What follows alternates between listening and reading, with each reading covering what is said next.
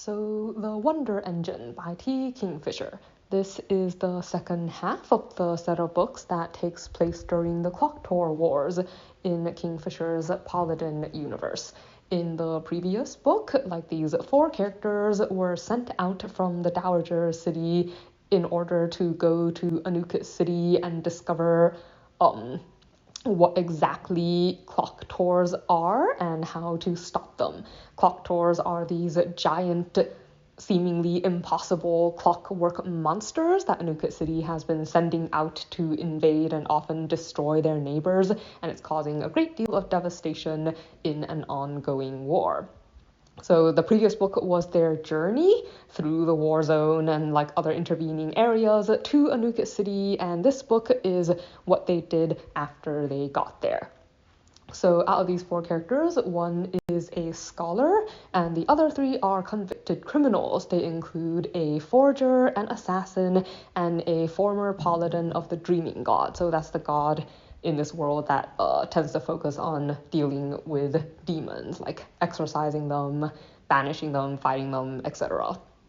So in addition to the difficulty of trying to figure out how Anukit City is producing these war engines, there is the problem of the forger's history, because she spent a couple years in Anukit City and has some pretty powerful enemies, and that particular plotline kind of threatens to get in the way of them achieving their goals, in addition to everything else, since obviously you don't just walk up to people and ask them about these crazy powerful machines that they are producing.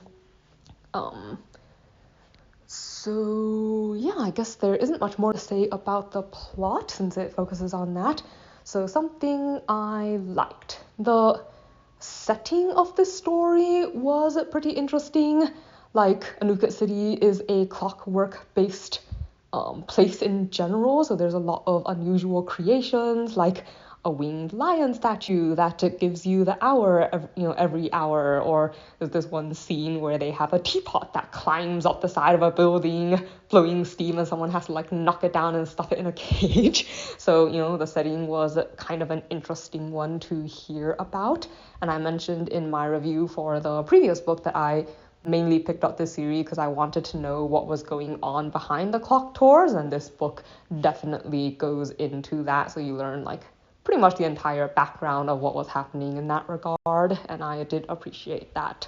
But on the whole, I guess I did not really enjoy reading this book. It was quite grim in general, but my major dislike is that I think it spent way too much time on character relationships.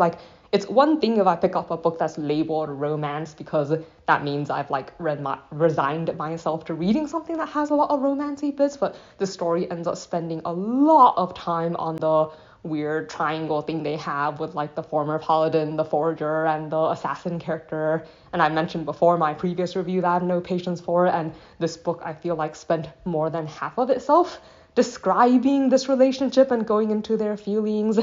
I mean, I don't know if I would have felt differently if I actually liked the characters, but since I didn't, it's kind of a moot point. Honestly, I guess in these four main characters, the only character I did like was the scholar, but he wasn't actually all that main. And the world, the city itself turned out to be kind of a dark place too, with the kind of criminals that it talks about torturing people and stuff like that. So on the whole, I mean, I did like the fact that I learned what I wanted to learn from the book, but it was not a particularly enjoyable read. For one of Kingfisher's ones, for me, it had way less humor and stuff than I typically expect from her writing.